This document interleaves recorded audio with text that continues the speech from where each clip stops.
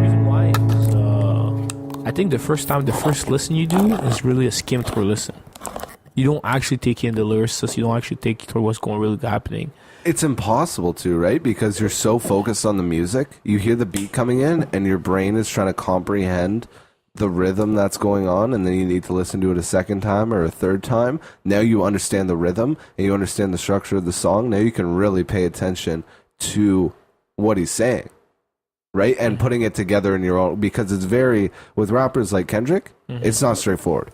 No, it's not. It's not straightforward, and it'll never be straightforward. There's stuff within. So and the music's totally different than anything you've ever heard, right?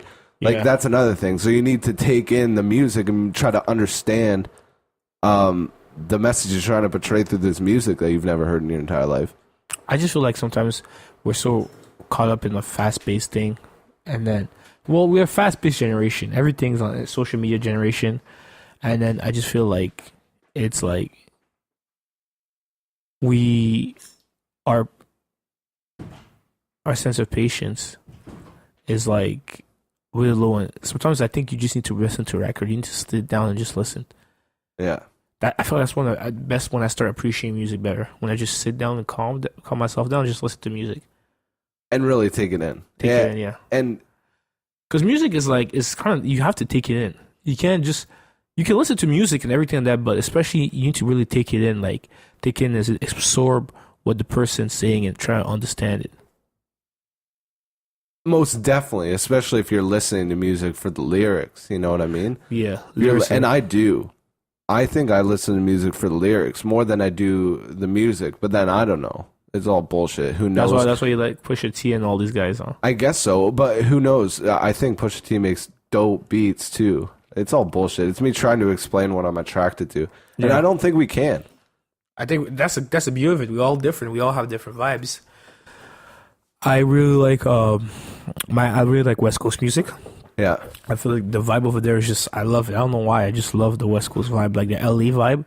There's just something about it that just, that rotates me towards it. You know what I mean? I really don't like a sunshine paradise sort of vibe. Yeah. I really don't. I don't really like the Miami music too much. I think it's just too much flashiness. But it represents Miami. We're specifically talking hip hop right now. Yeah, talking about hip hop. Yeah. Who's from Miami? Khaled, Ross, Miami, rappers. Pitbull. Well, Kodak he was Black. a rapper. Kodak Black. Yeah. So Trick Daddy, Trina, Pitbull, DJ Khaled, Flo Rida, Space Ghost, Perp, Jackie O, Stitches. You ever heard Stitches? It's terrible. Love Stitches. Shout out to Stitches. I hate MC Stitches. Luscious, Torch, Jason Derulo, XXX, Kodak Black. Yeah, they're all like Miami people. I don't like their vibe. I feel like it's too flashy. Denzel Curry. Sorry Denzel, I missed you. Denzel Curry's from Miami. Yeah, he's the number one on this list. Rick Ross, number 4. Yeah. Ski Mask, the Slump God. That's who I mispronounced him a second ago. Ace Hood. Yeah. Shout out to Ace Hood. Oh yeah, Ace Hood's from Miami. You fucked up, bro. Oh that's shit, that's my favorite rapper. That's your guy. But he doesn't have the Miami vibe though. Too much. What is a Miami vibe though? Does fucking Denzel Curry have the Miami vibe? I feel the Miami vibe is everything, but like, it's just everything flashy, but to extreme.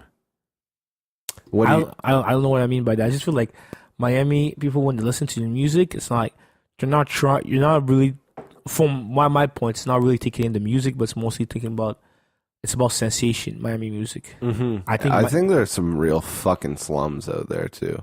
No, for sure. Yeah. But it's just like Miami music is sensation. Mm-hmm. When you think about the city of Miami, you talk about sensation, vibrant. You know what I mean? And cocaine. Yeah, coke. Yeah. Like bright blue and bright pink on buildings and shit. So that's why Miami Dolphins. Yo, imagine living in like Miami during those days. What days? Like the cocaine days. Did you ever see that Netflix documentary? Cocaine Cowboys? Cocaine Park? No, I never seen it. Oh, it's really good, bro. You'd probably be interested. What does it talk about? Here, I'll pull up a trailer. It's really really good. Do you think? But go ahead. When you watch this documentary, they just I don't know if they exaggerate it. I'm sure they do for TV effect. But they say there's so many people killed and there's so much violence and so much all this. Miami is a major transportation center and is easily reached by all forms of travel. The Latin American influence has given Miami a unique flavor. In the 70s, when I first came down here, everybody was smuggling pot in. The Colombians realized they had a gold mine here. Everybody that before was doing these pot things was now into doing cocaine. The Colombians threw a number at us. Look, pot, it really is a gateway drug. Really? That is so interesting. That's actually a joke. A big joke. Oh, this $3,000 a kilo. On the first trip, we got paid $1.2 million. Okay, so let's hear those numbers again, because that's a lot of play. $3,000 a kilo. On the first trip, we got paid $1.2 million. Okay, so $3,000 a kilo and $1.2 million. Mm-hmm. So how many kilos is that? 3,000 divided by $1.2 million equals a lot. I did it backwards. I'm an idiot. Take some. That's right. Yeah. Take math courses, kids, in class. Okay. Listen in class, kids. Yeah, definitely. Okay, so that's 400 kilos. We could have done that in our head. We're idiots. Easily. Okay, so you are not me. No, I'll take that. I'm definitely an idiot. But so that's 400 kilos. Mm-hmm. And I wonder here. Let's see if I can calculate. I'm really curious about this. I want to calculate inflation. Oh yeah, you can get the inflation calculator. Yeah. So let's because he said 1970s, right? Yeah. Okay, I don't want the Canadian. Let's see, U.S. inflation calculator. Let me write the name of it. I'm trying to write the name of Cocaine Cowboys. Cocaine Cowboys. It's on Netflix. 19, let's say 75 to purchase then in 2018. So, let's see. How much did I make? 1.2 mil? Yeah, 1.2 million trip. That's not bad. Calculate. Okay, so that's like 6 million today's dollar. Wow. So let's think about that. A fucking trip, bro. Popular. I would do shit, motherfucker. I would do 2 trips and get the fuck out. Yeah, but imagine, I can't, some people say their experience with money is like the craziest drug you'll ever have in your life. Mm-hmm. So imagine getting 6 million, like, oh, we just flew over border. Another 6 million, like, how could you stop there? You couldn't, bro. You'd be doing so much cocaine. You'd be like doing it on the jets back and forth. You'd be breaking open those packages in the airplane doing it. Wow. You'd be partying. And that explains why there's so much. You're right about that. A motherfucker will get killed for $6 million. Easy. How many people what? How many people would an average person kill for $6 million? A lot. I see people killing people for $10,000. Yeah, that's what I'm saying. Yeah, that's what I'm saying, bro. For $10,000, man, bro, you broke as fuck. No, it's so real, bro. Straight up, though. So it began to shoot up. I had never seen so much cocaine in my entire life. I had lawyers, I had doctors. Somebody that could afford what it cost. About 800 an ounce. I had met a stewardess, and she would go from here to San Francisco, selling to the Oakland Raiders, the Grateful Dead. I got the whole front line of the Pittsburgh Steelers in my house. Dang. It's crazy. He goes through it and talks about all these celebrities and all these very important people that he got to help him funnel money through banks. Restaurants, it was just everywhere. They made far more money, the Colombians, in a far shorter time than the mafia ever dreamed. The Federal Reserve Bank in Miami generated a surplus of $5 billion, more money than all of the other Federal Reserve combined. Cocaine deaths in Dade County have now jumped to about 2 a week. Shotguns, Uzi, handguns. It was the beginning of a war. Selva Blanco was the godmother of the cocaine trade. Good godmother. Dang. Cocaine wars don't discriminate, bro. They had a matriarchy up in there, and when they go through the documentary, she's like the baddest of them all. Like, she'll pull your eyeball out with her fingernail and watch you suffer. Apparently. Mean lady. She likes us to cut people up in little pieces, put them in a small box with a little bow on top. She said that's the way I do my things. And that guy, the hitman, killed like 30 plus people. Just to do it, bro. He's getting paid. You have 5 people killed here, 3 people killed here. Mass murder. Miami was the most dangerous place on earth. They called them the Cocaine Cowboys. They called them the Cocaine Cowboys. Cocaine Cowboys. This is why Miami is for you. Shoot. Yeah, it's a good one. How's Miami now with the coke? Let's see. That'll be an interesting thing to see now. Miami. Let's just see murder rate. Murder rate 2018. Okay, so murder rate of Miami. Miami murder rate. Do you know that Toronto has a high murder rate than New York City? No, crime rate. Has a higher... not murder, crime. I think it's murder, bro. No, crime. Here, we'll double check that. Yeah, double check it. The thing is, people kind of don't realize we don't have a high murder rate like America, but we do have high. Some places like Montreal, Toronto, we have high crime rate. See, I didn't know it was just crime. I thought it was murder too. No, American murder rate is way. Okay, so Miami, Florida, murder rate per 100,000 people is 17. So number of reported murders in Miami, Florida was 75.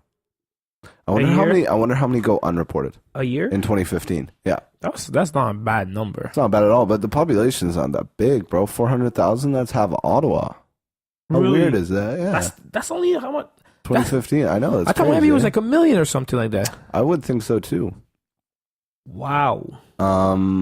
Shoot. Let's see. How the murder rate's like 10. Who's going to be number one? Chicago? Yeah.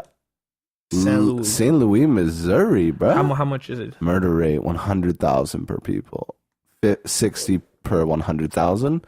Numbers of murders reported in 2015, 188. And the population's less than Miami's. That's pretty heavy. See, that happens in those southern states, and like no one says anything. How much do you think of that is gang violence? I honestly think it's like 20% gangs. 20%? Like, I don't know a big gang in Missouri like that. Like, you know. Yeah, but that's the thing. It's just so. Think about the communities that live there. Like, that's deep south. That's deep south, bro. And there's still a lot of African. They're probably like. Let's see the African American population, Missouri. Let me see here. Okay. Missouri population by race and ethnicity.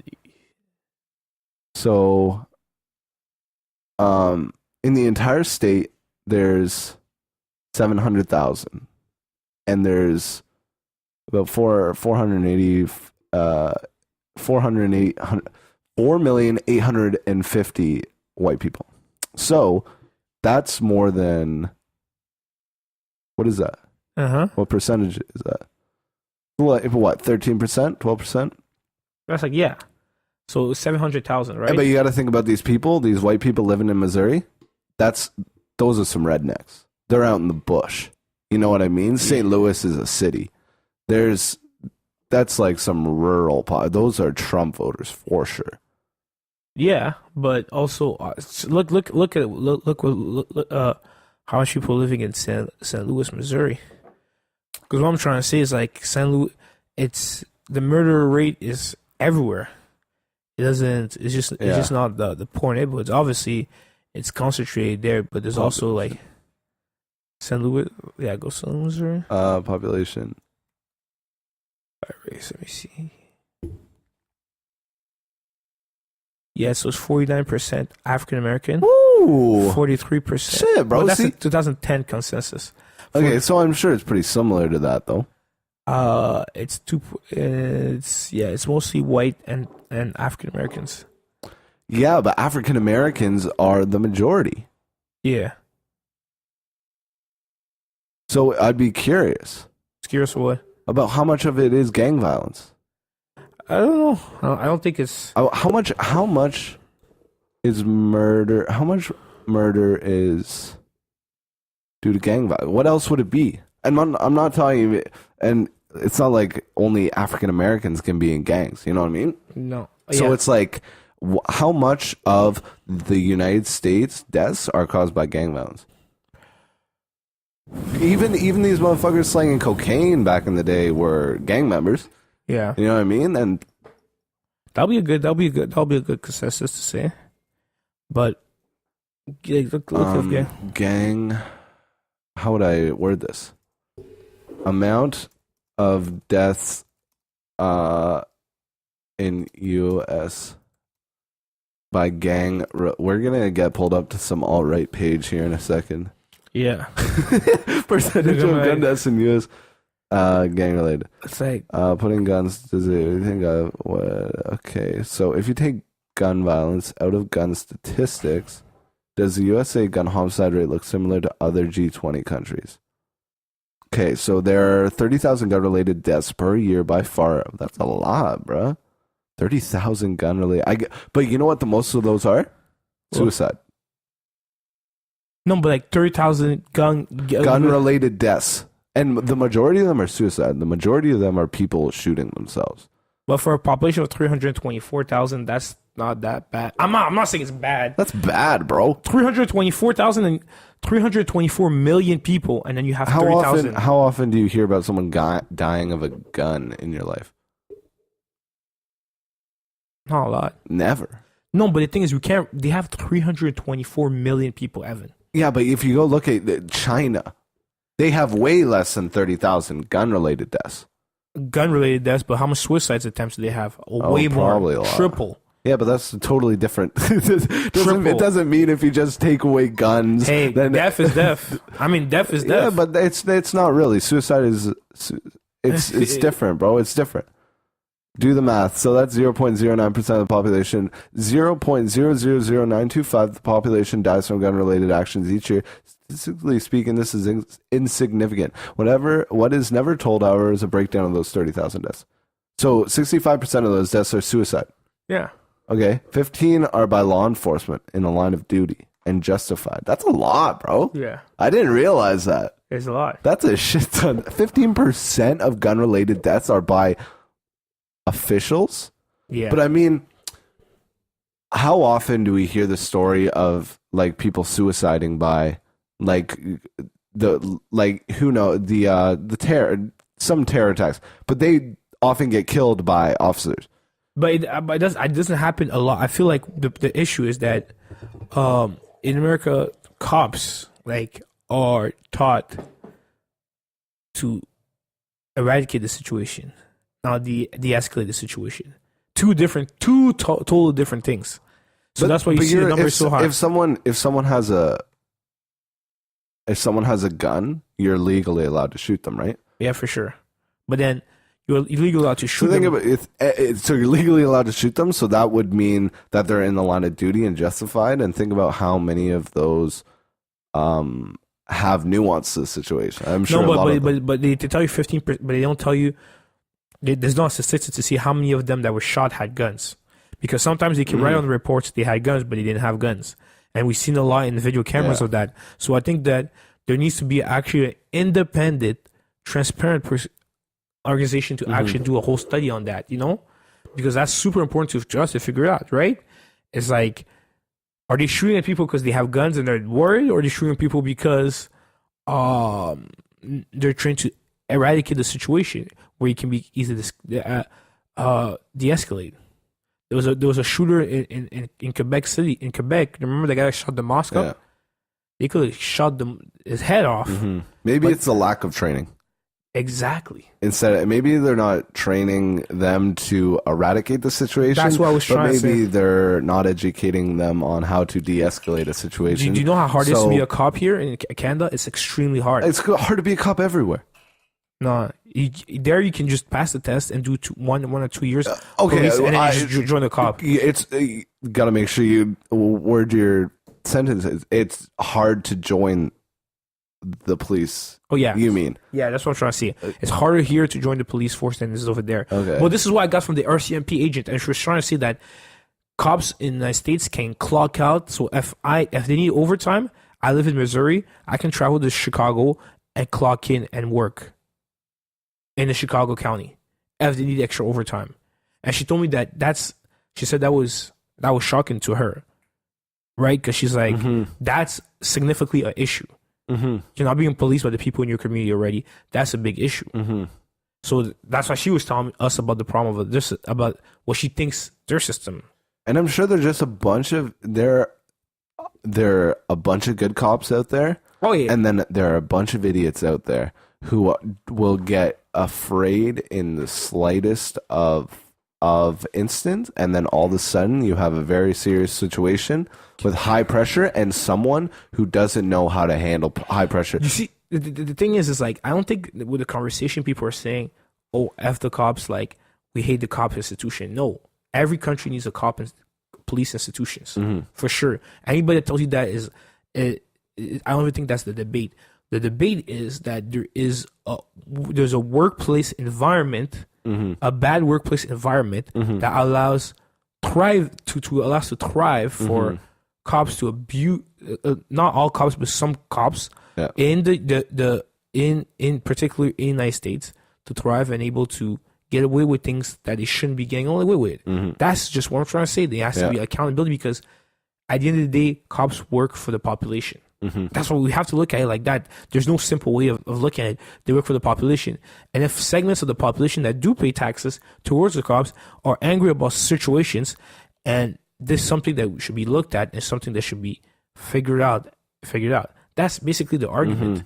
That's basically the argument. It's not about being anti-cops or anything like that. We all need cops. You know what I mean? We all need cops, and they're an important part of our society.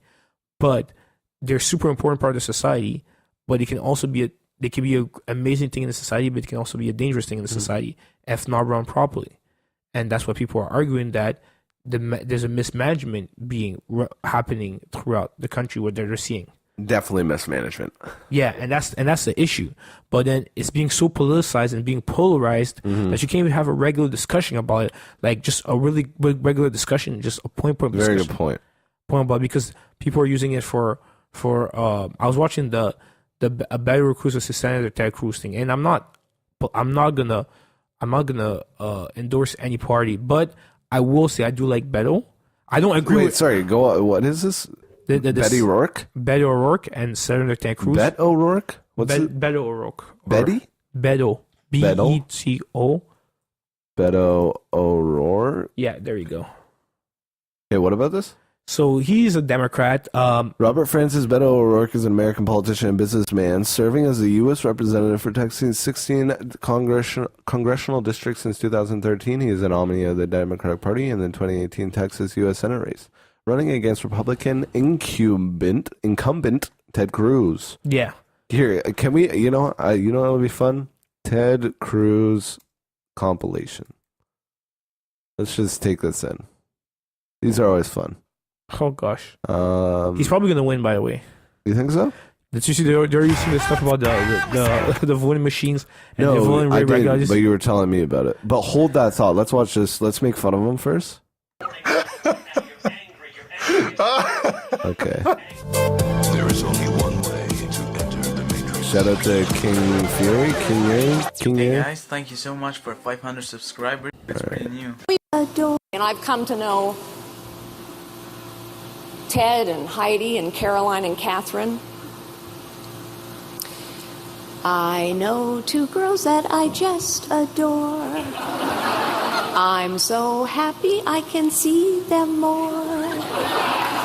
'Cause we travel on the bus all day. Oh my God, I can't even handle this. Yeah, look at that kid over there. He's like, I'm just here because my mom's here. Well, I just want some mac and cheese. Oh, who's that guy again? What's his name again? I don't know, but it's not Ted Cruz, so what the fuck? I forget his name there. Yeah, let's look. This is hilarious. Have you seen this one? Okay, so it's like Ted Cruz Actually, I don't think that the kid cried because of how proud he was. I'm not gonna say why he cried. Oh my god, this is a Now the next one is pretty bad. I couldn't watch it till the end.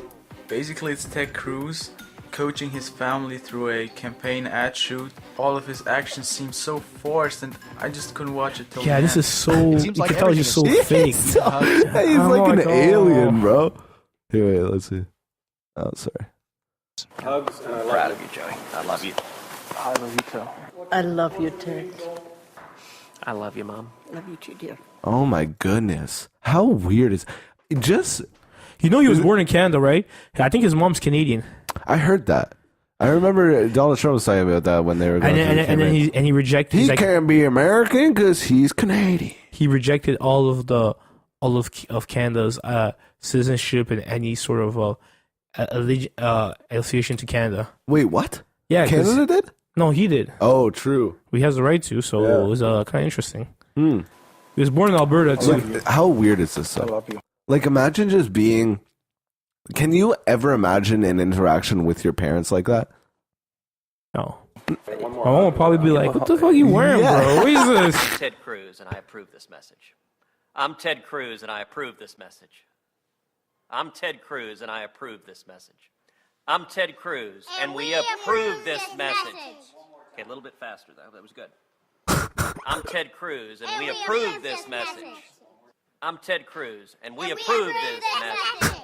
He's like, I'm about to whoop you guys' ass. He's so pissed. He's got like two of the most beautiful daughters on his lap. He should be nothing but happy, but he's like, God damn it, you little fucking fox can't get this right. I'm Ted Cruz, and we approve this message. Oh, he look at his face. He's just got a face that you would slap. You know what I mean? Like, he's got one of those faces. Ted, I'm not trying to act tough over here because he'd probably. And we approve this He message. looks like he's got a little more weight on me. To be straight up with you. Okay, so Ted Cruz and who? And Beto O'Rourke. Beto O'Rourke. Okay, what about this voting machine thing? So there's been a lot of things going on with the voting machines and how people are being rejected to go vote, and like, where did you get this information? Oh, I got it from. Let me source it for you right now. Well, where can I find it, bro? Huh? Where can I find Let it? me get the reference because I don't want to be being called out to using fake news. Okay, that's a good point. You know what I mean, you need to reference everything you do. For real though, there's fake news out here, bro. Yeah, there is some belligerency going on in the press lately. Okay, let me see this. If you're a YouTuber, you're probably using. I'm not a YouTuber. Sorry. See, Texas to know that we are fighting the fake officials. News. Fake, phony, fake. Phony, fake. Phony, sorry. Texas officials confirm voting machines used in 30% of counties. Just Google that. Texas officials. Yeah. What? Confirm voting. You're talking to the mic, bro. Yeah, confirm. I'm trying to read this. Confirm voting machines used in 30%. Voting machines used in 30% of its counties. This doesn't really make any sense, bro. Yeah. The voting machines are flipping selections to the other party. PBS NewsHour. Okay. Some Texans say voting machines are flipping selections to the other party. Okay, so some Texas voters are complaining that machines flip their straight ticket selections to the other party in key races during early voting, especially the much-watched Senate battle between Republican. What did I say it like that? Why would you say it like that? Republican Ted the Idiot Cruz. Lion Ted. I need to exit that. Lion Ted. And no, did you see Donald Trump rebranded him? Mm-hmm. He's no longer Lion Ted. He's Beautiful Ted. That's what he said. Oh, that's kind of weird. It's pretty gay. They were like having a big issue. You know what? Maybe Ted Cruz is the next Monica Lewinsky. Oh god, yo, that's that next big scandal, dude. Okay, so Ted, why'd you cringe so hard at that? Because Ted Cruz and I'm Beto just thinking about Ted Cruz and sucking Donald. his dick. Oh, yeah, it's gosh. pretty unfortunate to think about. Yeah, it's not an image I want to have in my head. Actually, Jim Carrey's got to make a painting about that. So okay, so the Secretary of State's office said Friday that there have been reported issues with Hart E-Slate voting machines, which are used in around 30% of counties statewide and featured a wheel for selecting candidates and buttons to move from screen to screen. But it says they are caused by voters themselves and often occur when they complete and submit ballots too quickly. So, if you use them too quickly, it switches. The machines are used in around 80 counties. Yo, that's crazy, man. So it's not like a hack. It's not like they're trying to. Or do you think this is some conspiracy theory that they covered it up? Do you think it's just actually something wrong with the machines? How unbelievably incompetent is the government? It seems in my mind lately, it's been seeming really fucking incompetent. To be honest, I want to know who are the people that run the elections. First of all, it's a good question. Is it a private company? I don't know. That's a good thing to look at. We should already go by the elections run by our U.S. elections. Are U.S. elections run by the state? Okay. Elections in the United States are held for the president is elected. Okay, so including primaries. Someone's got to make the machines, right? Like something's voting. Nope. Nothing here. Yeah, I don't know, bro. Are you still in it? Yeah. Who are you texting? This girl, man. She was just texting me. She was saying, "Oh, what about I don't care what she has to say, to be honest. No, it was about a marketing test. Oh, true. I'm like, I'm trying to get some notes. You know what I mean? Yeah, I feel you. You know what? You have to be nice a little bit and then just get some notes. Okay, so I couldn't find it. You couldn't find it? I'm guessing it's run by the state. Yeah, but who controls the state? Whatever government. Greg Abbott and the Republican government, right? Yeah. Well, here, election machines. Like, DRE voting machine. I'm really worried about these election machines. What do you think about that? These voting machines. Here, I don't know. I bought a used. There's this article on Wired. I bought a used voting machines on eBay for $100 piece. What I found was alarming. Okay, this sounds like some fucking. Yeah, see, I'm not gonna fucking read this entire article, so I don't care. What were you saying though? I'm really worried about election voting machines. It's scary. Do you like? You know what's so trippy? I think about the Russian thing to this day. Really? Why? Because, like, does anyone know actually what happened? That wasn't nice, eh? That wasn't nice, eh? Yeah. I love it. What happened? Does anybody know what actually happened? Here, actually, let's do the intro. We're 33 minutes in. Let's do the intro. Oh, I think you should. Yeah. About late a little bit. Okay, well, welcome to the can opener, where I had a full discussion on Cocaine Cowboys and Ted Cruz. And my name is Evan Stolpmann, and in front of me I have 40 from the Inside Source. Shout out, bruh. Yeah. In an incredible podcast host. Shout out to Ronnie B. Yeah. And everyone check out the Inside Source. Anyways, let's so what do you think about this Caravan thing? The Caravan thing? Caravan coming from Central America. The thing is with there's two things about this Caravan thing. Yeah. First of all, there's blames on both sides. Okay, so I don't get it. First of all, has this ever happened before? It happens every year. Really? So there's a migrant caravan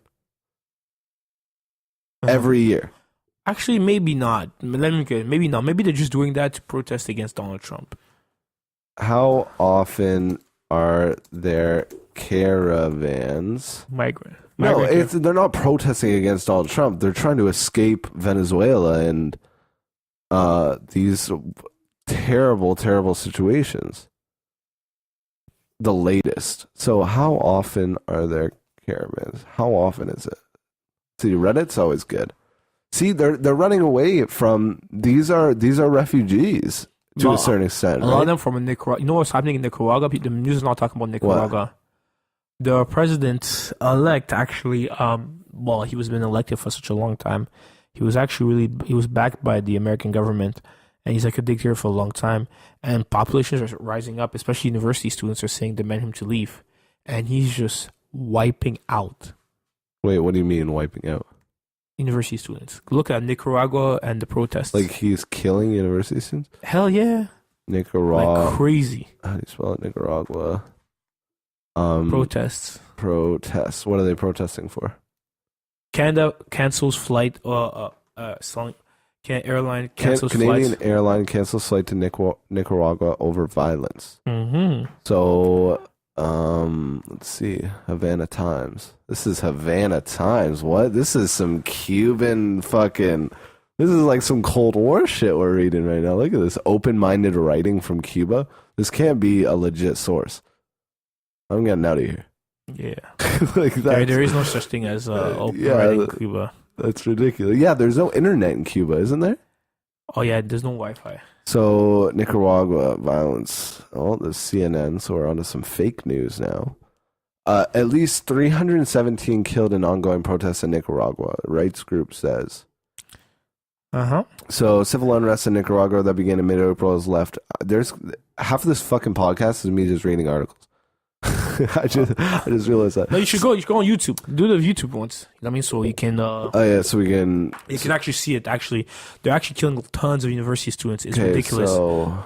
But nobody's talking about it because... But what do you mean they're killing Why do they... Nicaragua is really important to the... There's a lot... It's strategically a really important country. For various reasons. You know what I mean? Like, I want to watch it, so just get a little clip. Anti-government. Oh, easy anti-government stuff. Oh, that's loud. Ooh, they're firing bullets, bro. Yeah, they're killing students straight, like killing them.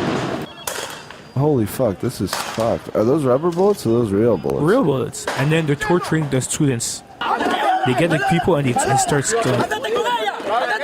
Oh, look at that guy's leg, dude. It's fucking busted. That was a gaping hole in his leg. The people are tired and the people want the government out. You know? What's happening? Is it because... He's a dictator. He's been in power for like 45 years. There's a shit ton of gang violence in Nicaragua too, right? Yes. So the issues about it is that... I didn't give us much information, but it's kind of cool looking. I mean, not cool looking because that was fucked. Like, no one likes to see that. Oh, look at the Vice News one. Where is it? Upstairs? Yeah. Upstairs. Climb the ladder upstairs. The aftermath. I guess Ortega. Yeah, Ortega. University students are doing a lot of the... That looks like Lil Xan. You ever see Lil Xan? Oh, gosh. Look at him. That looks exactly like Lil Xan. Oh. Yo, shout out to Lil Xan protesting in Nicaragua. For almost 7 weeks, a protest movement led by university students took over Nicaragua. Protesters occupied campuses and controlled entire neighborhoods, demanding that President Daniel Ortega step down after 11 years in power. Don't they just have the dopest names? Like Central America, South America have the most beautiful names. But then, in July, the president ordered a brutal crackdown. Killing. Oh, man. That's More what's than happening. 300 people died and many others were imprisoned. Executed, according actually. to an independent human rights group. Oh, that's crazy, bro. Now, paramilitaries in ski masks keep the peace. Mm-hmm. What are paramilitaries exactly? So paramilitaries are basically they're military people that they're like civilians that take control of certain areas. Yeah, like a militia. Like a militia, and they take control of certain areas. Yeah, like a militia. and then they keep like the mafia would do in New York streets back in the 30s and 40s. Yeah, you can definitely see that. Like they're taking over. Sorry, were you done? Yeah, I was done. Forced into hiding. A couple dozen of them now live together in a secret headquarters on the outskirts of Managua. Buenas noches, desde Alianza Universitaria Nicaragüense aún le damos la bienvenida a este Facebook Live. They're hanging out. That was distracting. I couldn't even pay attention because their tits are hanging out. Oh gosh. At 26, Harley Morales is one of the oldest. ¿Ustedes cuánto tiempo llevan acá en este lugar, escondidos? Tenemos 2 meses ya. Que es un estado de sitio de facto que tenemos. Isn't that crazy? Can you pause for a second? We're complaining about iPhone charges and who this guy doesn't like, and university students out there are literally trying to overtop a dictator in their countries. Yeah, I and know. they're dying for them. We just had a conversation about how we want to live closer to downtown. You know what I mean? And they're literally coming together, university students. And there's this fucking Hispanic Malcolm X right here that's fucking laying down the law. It's a really complex. It's a really complex issue in Central America because I feel like governments, cartels, they're all intertwined. You know? Oh, there's just so much money that they can't be, bro. They're intertwined for sure. We just listened to this Cocaine Cowboys thing at the beginning. They go watch that documentary. They tell you how involved the bankers were and how involved everybody in high positions were.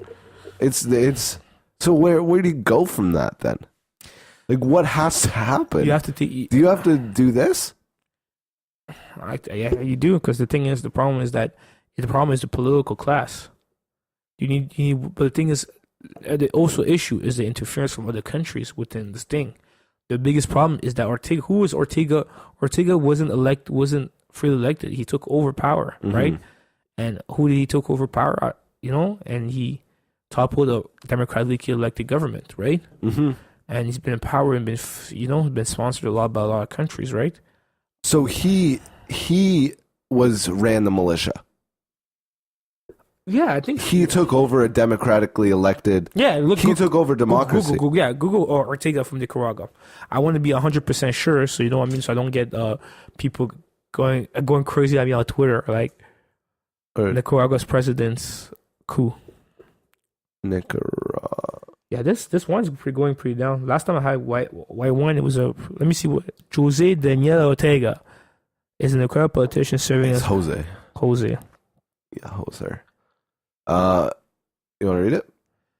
Jose Daniel Ortega Saavedra. Jose Daniel Ortega Saavedra is a Nicaraguan politician serving as president of Nicaragua since 2007. Previously, he was a leader from Nicaragua from 1979 to 1990. First as coordinator of Junta of National Reconstruction, and then as president. Okay, so that didn't give us much. What happened? Early life. Okay, so the Sandinista revolution, which was also okay. So when Somoza was overthrown by the FSLN, so yeah, he was a part of the Sandinista National Liberation Front. Yeah. You know what J. Cole said, man? What? The abused often becomes the abuser. I think the biggest issue about this is that the people really want to take off the old dictator, which was really bad. But the thing is that then as soon as you gain power, that's why we need to not fool ourselves. We need to not fool ourselves and be like, yeah, I am just totally not immune by power. It's not me. Yeah. We need to stop kidding ourselves, and we need to make sure we check ourselves. Because the thing is that what they should have done is that they should have took out the government and did democratically elected elections. But what they did is they took out the government and allowed people to take power. Do I know this person? No. What is this person's viewpoint on it? Yeah, he might have hated the dictator over there. Yeah. Everybody hated the dictator. Who knows? Maybe they noticed instability within the government and they were like, okay, now's our chance to take over. Yeah, now's our chance. Who knows if it was for democratic peace for everybody else? Exactly. And this one, like right now, the movement they're doing right now, it is important, but who do we know who's really doing it for who? Which reasons? Like their students, they're looking like they're doing it for a better life. You know what I mean? But so these people would probably be a part of this caravan. Maybe. That's an interesting question. I wouldn't know, but maybe, yeah. So this is the biggest. Let's go back to this. This is the biggest caravan in history of caravans. Right now, Central America is in disarray. Like the violence is through the roof over there.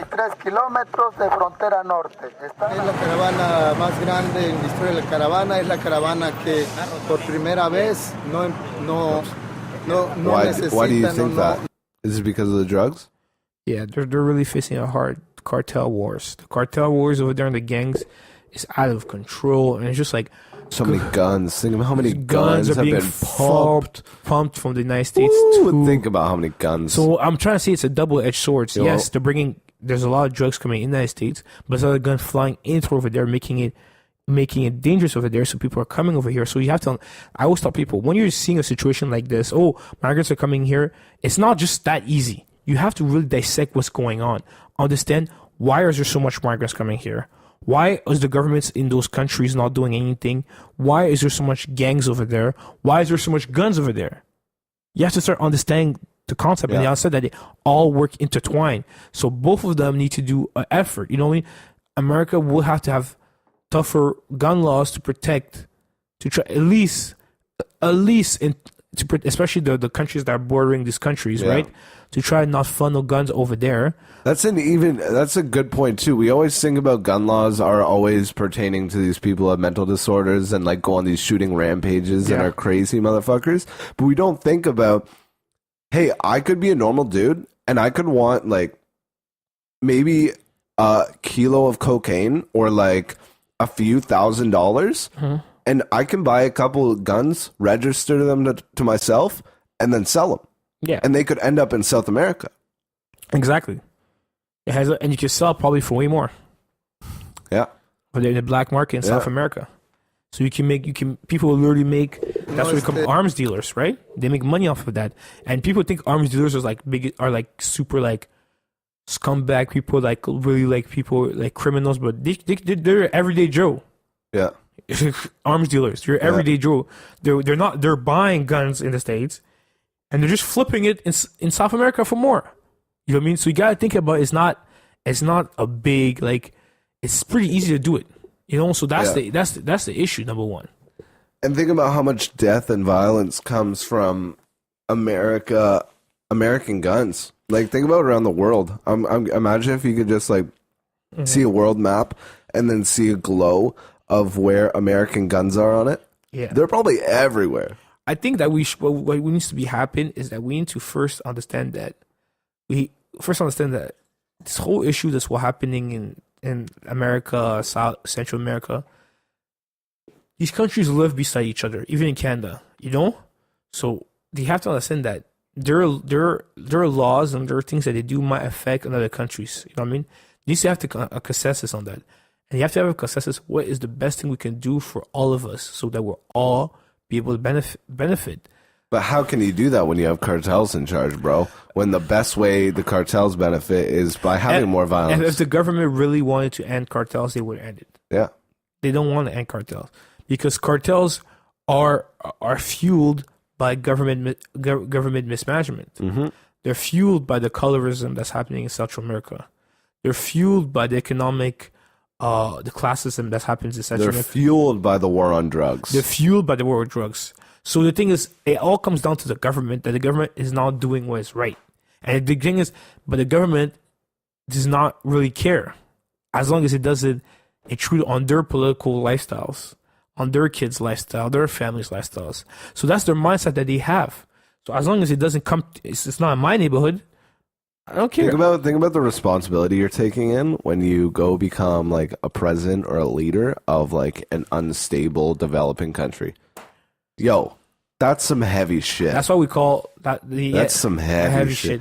You either are gonna get killed by the cartels or you're gonna do what they say. Like in Ethiopia right now, what's going on? It's they have a new prime minister in Ethiopia, which is he's a really like amazing prime minister, right? He was just elected. He used to be a former army person, but he's 42. He's pretty young. So he really focuses on increasing jobs for youth. Yeah. And then basically what he's doing is that he's literally like actually doing democracy. Like he's letting people, he's calling back all the political people that were outside. Yeah. All the that were thrown out of the country, apologizing part of the government. He's allowing free press and everything like that.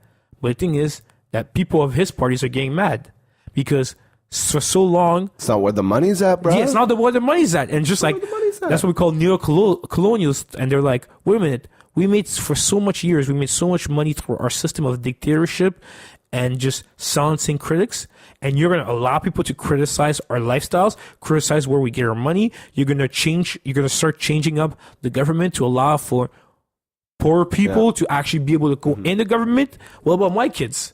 So then exactly, and that's a good point to make, because regardless of if you think that person's evil or not, it just would be a shitty place to be in. If you were in that situation. You wouldn't be like, I don't want all this power to be taken away. I have so much. Yeah. Why is it getting taken away now? No. Like, I'm not going to let that happen if I can. And then since he's in power, he's evaded like 3 or 4 coups.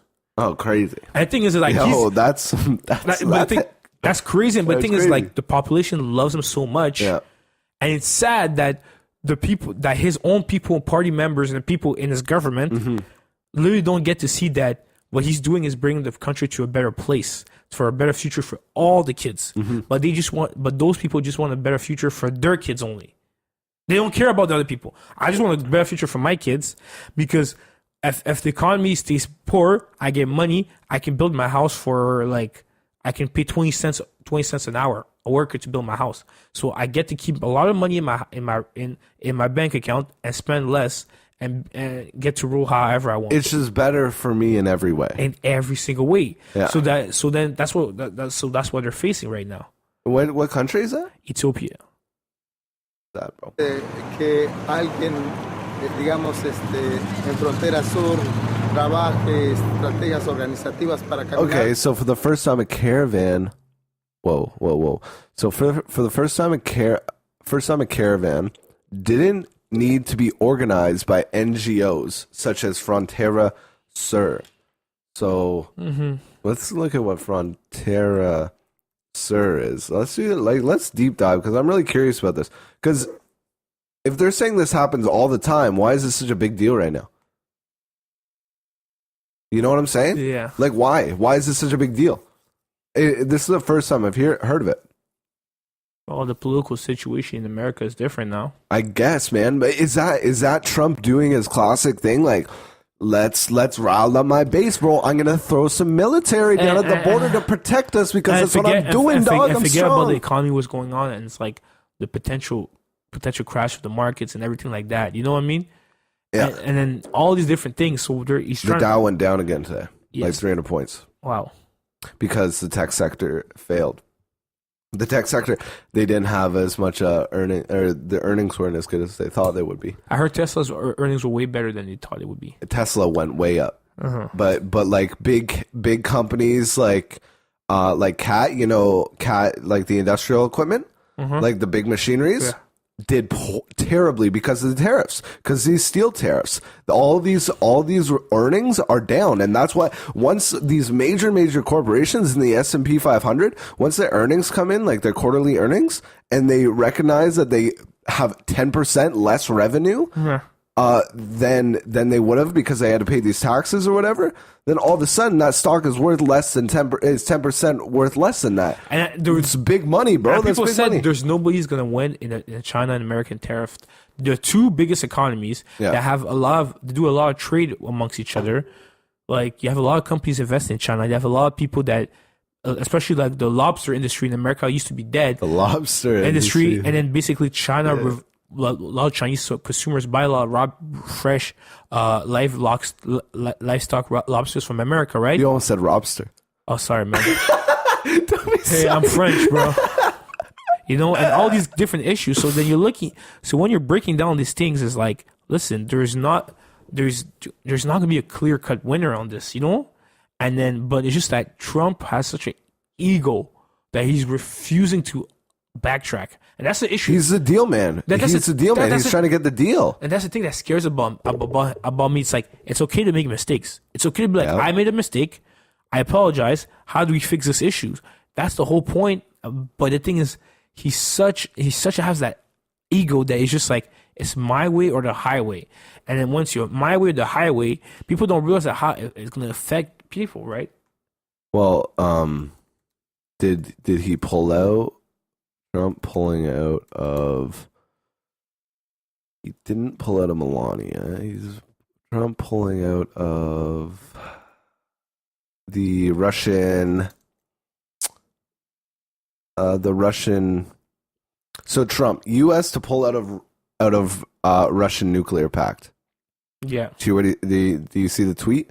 Yes. Trump tweet about nuclear pact. What do you think about it? I'm not surprised. Donald Trump. Let's see. Obama's nuclear deal. Okay, that's the Iranians, bro. That's not what I'm looking at. No, but he also pulled out the Russian treaty, that 1987 treaty. I will be speaking at the Young Black Leadership Summit in 15 minutes, where I will address the investigation into the bomb package. Why is he discussing the investigation and the bomb packages with the Young Black Leadership Summit? I do not know. That's you need to give your fucking head a shake here, Donnie. Yeah, there's too many of these, man. Okay, anyway, he just... Dude. We're just scrolling through Donald Trump's Twitter, and it's just too much, man. He tweeted like 80 times October 25th. Okay, so the so-called expert... Can you do a Trump impersonation? No, I'm terrible. So-called experts on Trump. No, I can't do it. Trump over at New York Times with a long, boring article on my cell phone usage that is so incorrect. I do not have time here to correct it. I only use government phones and have only one seldom used government cell phone. Story is so wrong. Okay, anyways, he pulled it out of the nuclear pact. Mm-hmm. Or he's threatening to, because he couldn't get the deal with China. He couldn't get China to fold. China's like, we'll play ball, bro. Yeah, we'll play ball, and they're playing ball. If you are going to threaten tariffs on a country, expect retaliation. No one's going to bend over. You're not going to bend over, Donald Trump. We know that. You're going to go out with your fucking feet shot out from under you. China is what's going on right now is that they're trying to play checkers and you're playing chess. That's what it is. China is playing chess. Playing a slow chess. Yeah. Like I don't think people realize that when you're facing a China as just economically and everything like that, you can't rush with them. You can't show them emotions. You can't rush into them. You have to play calm, persuasive, and it's going to take time. It doesn't take you're not going to pressure them into doing a stupid move. They were already prepared for. They already have backup plans for everything that's going on, right?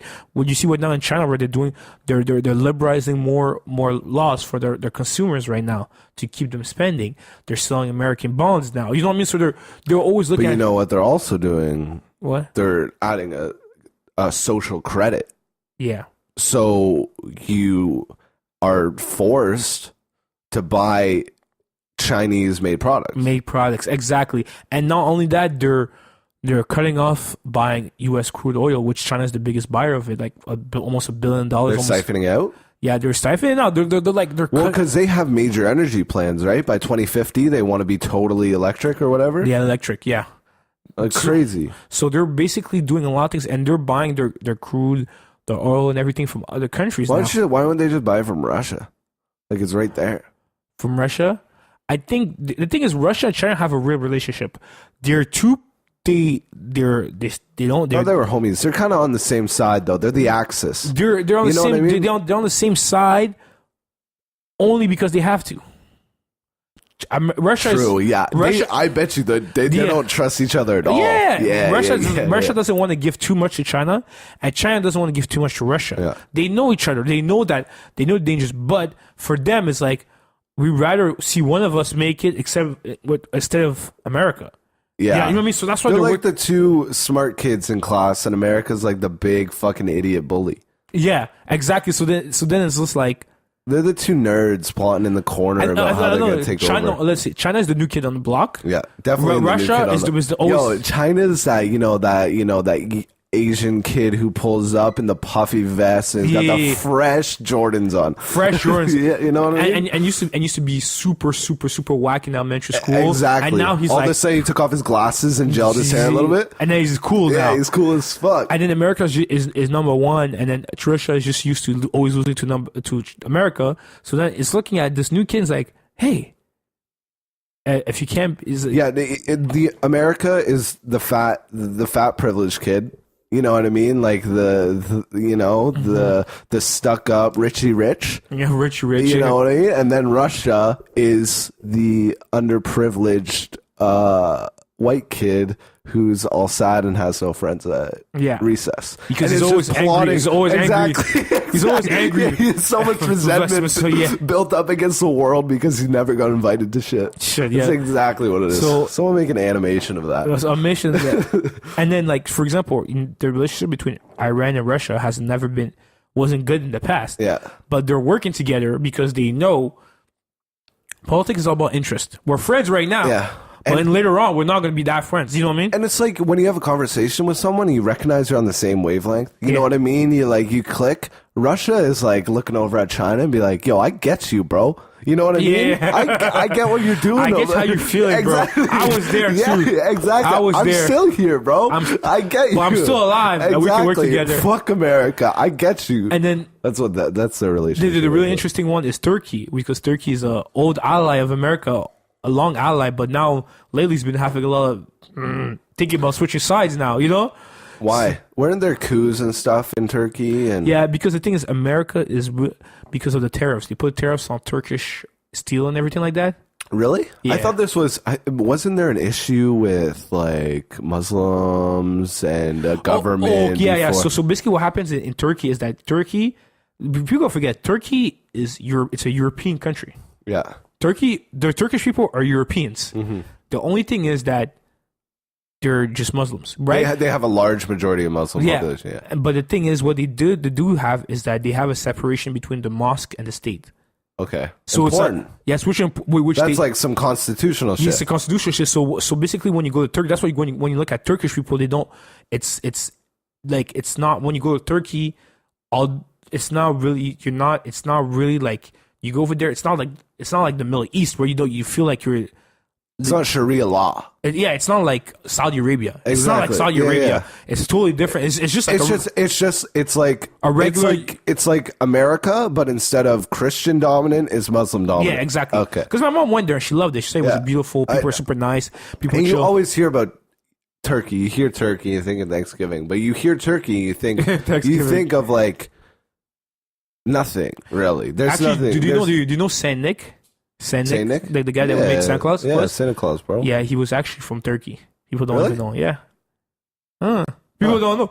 Did you know Santa Claus, not Saint Nick, but Santa Claus was created by Coca-Cola? Yeah, I know that.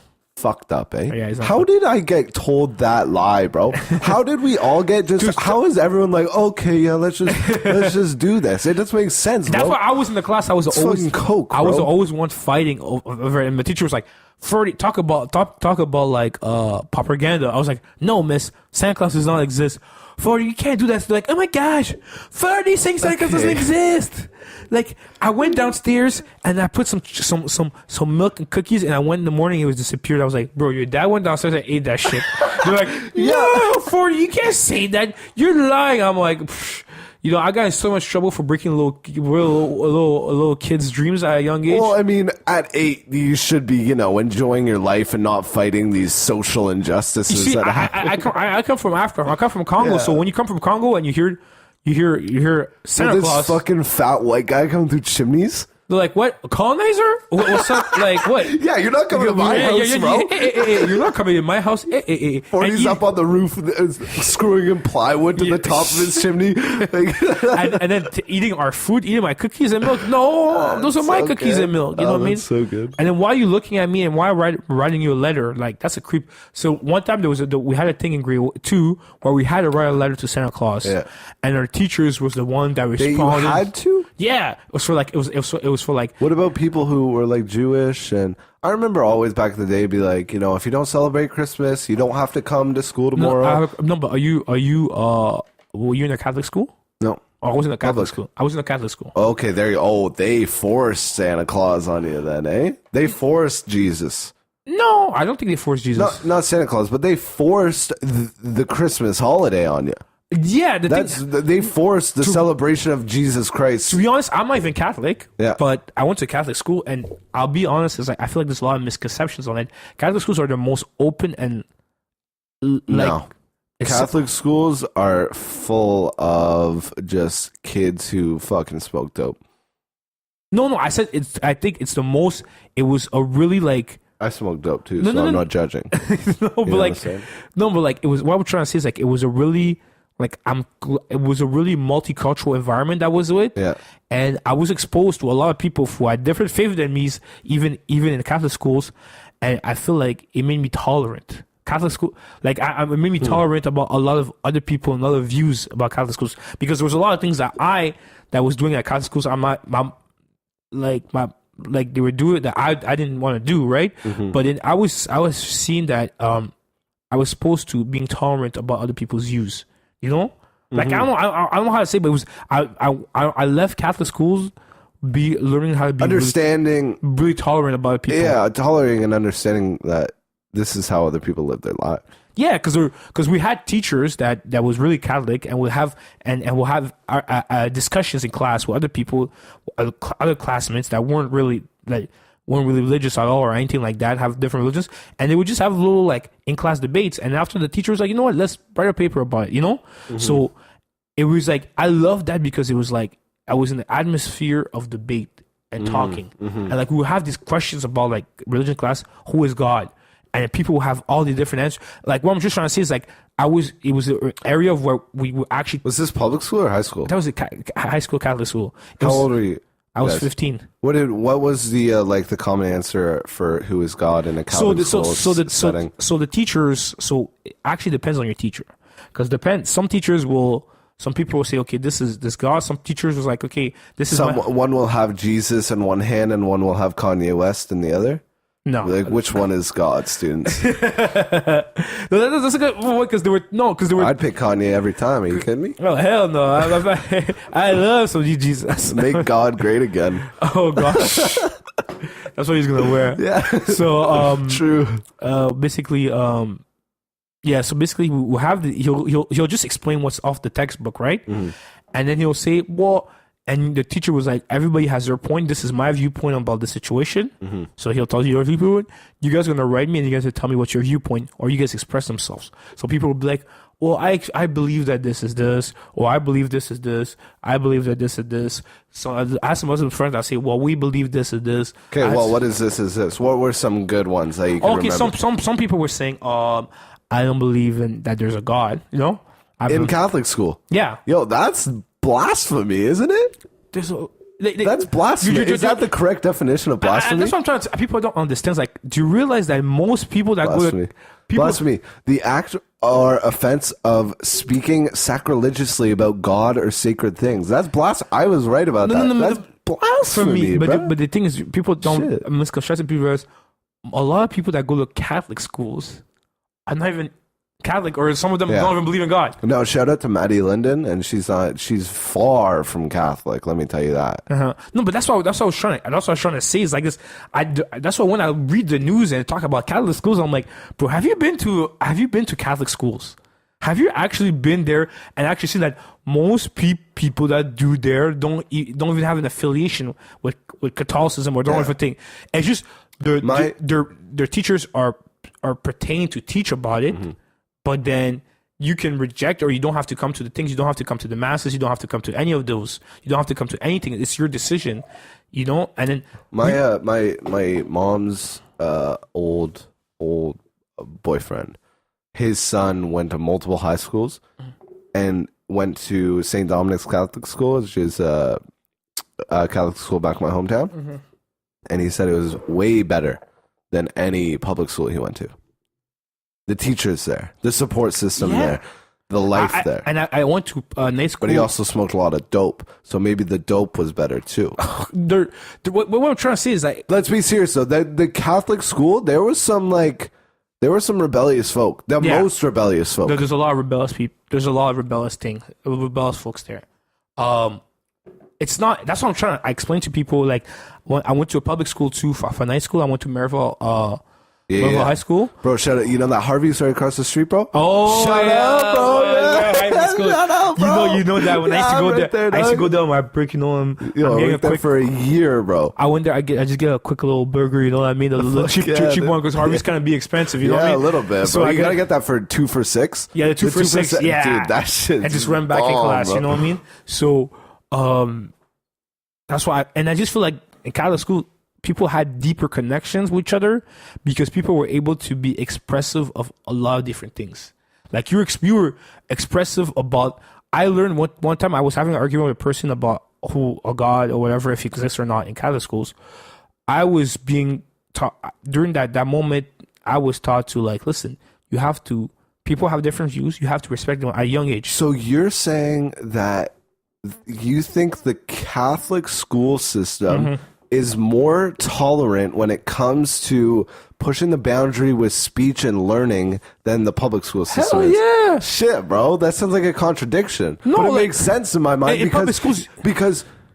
because public schools, you don't really have to get there. But in Catholic school, when you're learning about Jesus, you're forced to get there. You're forced to push that boundary. And everybody has to explain because people have to talk. And it's just like the teacher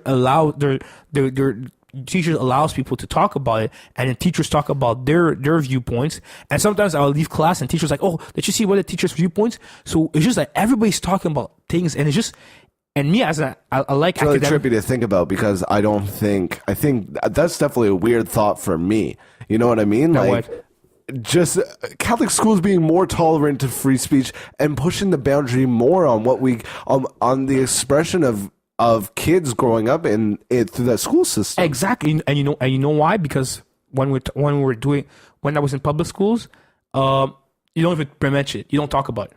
Yeah. You just don't mention it. You really don't. You're not even allowed because everybody has their own, so shut up. Shut up, right? And everybody just stays quiet there, and everybody, there's no sense of like... It's a great point. And it's guarded. Like, you got teachers hanging over, like, well, don't say that. And it's actually hindering people from talking about this institution. And when I was outside, I feel like at Maryville, I feel like you have the Arabs hanging out with the Arabs. You have the blacks hanging out with the Arabs. It was segregated, which I was shocked.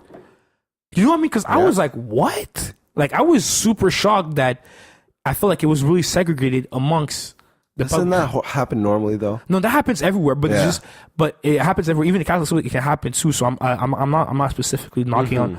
I feel like we're just tribal by nature. So we got to push our boundaries, you know? Yeah, and then exactly. So that's what I feel like at the Catholic school we're pushing the boundaries because we're talking about tough discussions. It's not like we're talking about for like abortions or not. We're saying who's for it and who's against. Some teachers are like some teachers were like, I'm against abortion.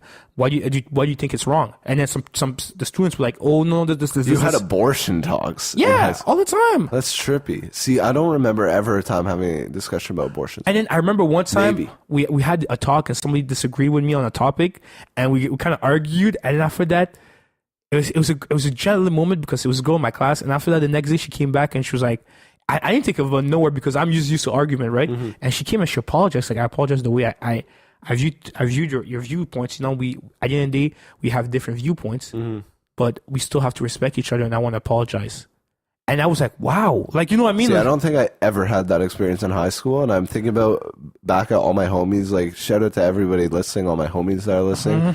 Like, I don't think you had that experience either. I don't think any of us had that experience. Of what? Of just like having those serious discussions in class and being involved in them. Yo, I had the serious discussion in class. I know, it's strange. It's strange to think about now that I'm thinking about it. It's like you know where I had my serious discussions? I'd pop Molly and then smoke weed and sit with my 3 friends and cry to each other. And then talk about our daddy issues and shit, bro. This shit was real. Shout out to those homies too. And then I remember we had an event where some people were explaining, okay, why are you against, or special abortion is a big thing. Why are you against abortion? And you will bring guests there. And then sometimes you will bring guests. People will bring 2 different types of guests. You know what I mean? So you can bring a guest. And let's just go about a preacher, and people start asking mad questions to him, right? And some other people bring other people's. You know what I mean? And they start asking all these different questions. You know? So it's just because. So basically, what I figured out of this whole thing is that I didn't take it in too much, but then when I went out in the world, I was like, man, I'm really happy that I was able to have that education, and I was able to be experienced to all these different debates. You know, suppose when I went to night school and Motherville High School, it was just like quiet. Nobody talked about this. You can't even talk about it. I'm like, why is it so like? We Canadians. We can't. Why can't we have these discussions about people? Why can't we have these? This. It's just like it's being shut down. It's being this. It's just so crazy because it's the antithesis of everything I ever think, which is I think religion controls free speech and is a hanging hand over society. Mm-hmm. But in this example, it seems like it's the opposite. Yeah, and that's why when I watch the news and they talk about Catholic schools as they're like this thing that forces people, and I'm like, first of all, kids, nobody forces people to go to the schools. Parents send their kids to schools voluntarily, right? They just tell the kids, like, I had my friend, he was Muslim and everything. And he was Muslim. He went to Catholic school. Yeah, no problem. There's a lot of them. That kid must have got mind fucked every day. No, just wakes up and prays, kisses the floor, and then has to go think about Jesus for the rest of the day. No, because the thing is, we would have masses, right? Sometimes, and everybody that went to Catholic schools, masses were the best one because people that when it was like, oh, we have a mass this Friday. People just get their stuff, get super stoned, and some of them would just leave and don't come back. You know what I mean? Yeah. Because nobody would know. Because when you have the mass and you come back, and then people would just be like, "Oh, are you going to the mass?" Say, "Oh, I'm sick. I have to go." So people were. So it was just so much. A lot of people were doing these different things, right? Yeah. And then after that, if you would go to the mass, everybody would just. It was just an opportunity. The whole school is involved there, so it's becoming like a social thing. Everybody was talking, it's like, you want to sit beside the girl there, which was really bad, but it was like that was basically high school. And then my friend, he was Muslim, he didn't have to go. He just says, hey, I don't have to go. It's like, oh, no problem, you don't have to go. Bye. He gets to home for 2 periods and comes back. You know what I mean? So it's just like, and then like mass takes up 2 periods. No, 1 period. Sorry, 1 period. I say that's an awful long time. I know buddies who would go to mass during Catholic school and never once go sober. Oh yeah, some people did. so what I'm trying to say is like people have to say these are high school kids that are just doing this, and teachers don't force it upon you. The only thing that the teachers say to the parents that are signing up is like, you will be taught about these beliefs. That's what they tell you. It's an interesting. We're not going to force you to. We're not going to force you to adhere to do things that you don't want to do. Yeah. But we will be teaching these beliefs to the students. Obviously, that we know that, especially Catholic schools, that it's becoming more and more diverse. Like when you go to the Catholic schools now, you see a lot of more and more other people from other religions in Catholic schools. So it's becoming. Catholic schools are becoming super super diverse.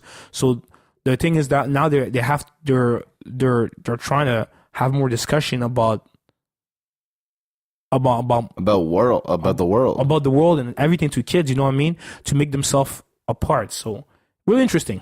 It is very interesting. A very different perspective than I would have. What would you think about? What do you think about this?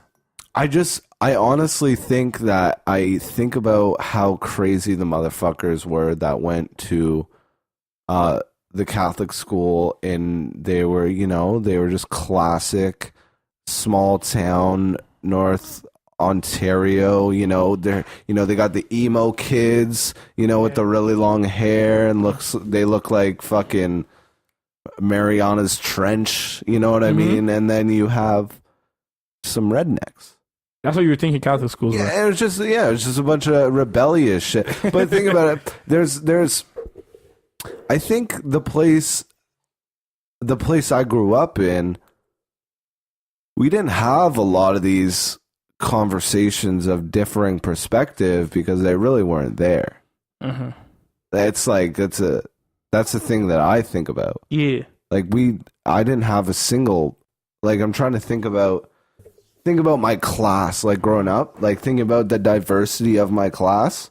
Like I didn't have anyone that was black in my grade. Mm-hmm. Not one. Mm-hmm. I didn't have any. There was like one guy named Panth Desai, shout out, super Indian dude, hung out with him, good kid, but he was the only Indian dude, you know what I mean? The rest were white kids, and that's as far as it went. That's interesting. It's trippy, bro, because the thing is, I personally speaking, I went to the first Catholic school too I went to was Franco West, which Shout was out to Franco West. Like, I can't believe you don't know Caleb McGrath. Let me pull him up, bro. You might know him. Yeah, pull him up. He went to Franco West too. Franco West, if you can even ask him, it was like a multicultural school. Yeah, like, that's what he said, bro. He's like, I was a minority. Yeah, white people are a minority in there. That's good. Good. No. Kind of cute, eh? No, I don't remember him.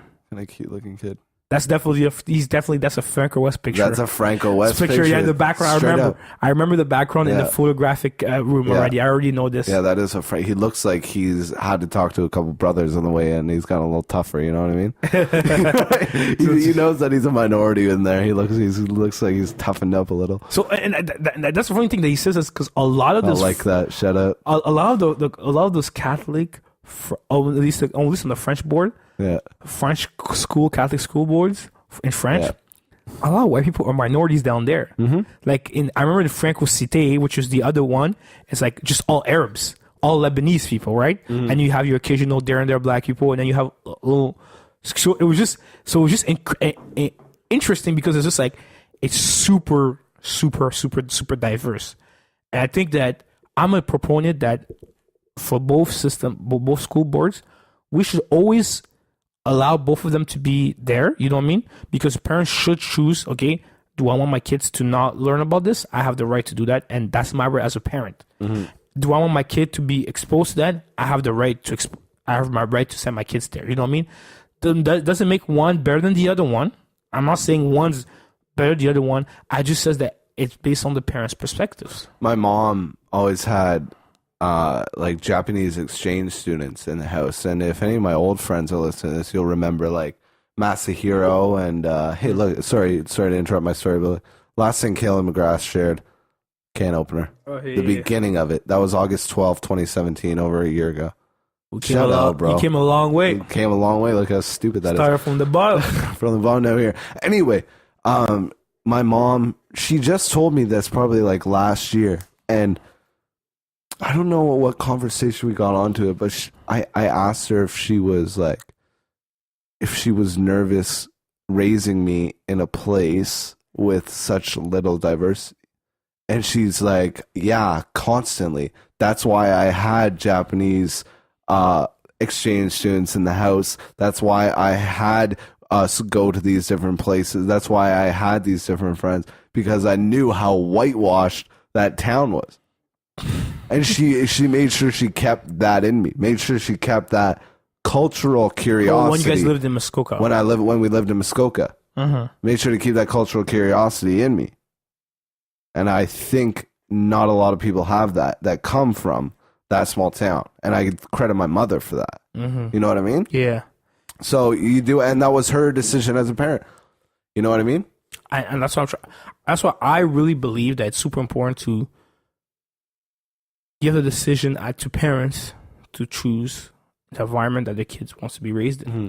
At the end of the day, their parents is their parents. You know, they have the decision to raise wherever you want to be as a kid. You know what I mean? Mm-hmm. So I think that's really important. So that's why I'm a big proponent for me to keep the both of their different school boards. Having a child, I was just saying, man, like having a child is such a good example of when you love something, let it go. You know what I mean? When sometimes artists say like, I don't even do this, it just comes out. You know what I mean? Yeah. Like Tupac, like, oh, I what's that line he has? I close my eyes and let the Lord do his thing. Yeah. So that's like what parenting should be, I think. You should look at it as like sort of an art and sort of an expression thing. Yeah. And be able to let the art that you created speak for itself. Yeah. And create itself almost. You know what I mean? Like doing this podcast. Speak for itself. It's like doing this podcast. We have a couple of things we want to talk about, but then we let it create. We let it manifest within whatever energy happens to be going. Exactly, because the thing you said, let it grow. Because the biggest thing is that parents sometimes what they do, they transmit all their wisdom and passion and knowledge they have about this world to you. They download it to you. Yeah. You know? But the thing is, they don't understand. Some parents don't understand that although they download it to you and they look like you, they're your same blood and everything like that, you are still a different individual. Yeah. So that's the hardest thing to be about that, to let it go, because some parents don't want to let it go.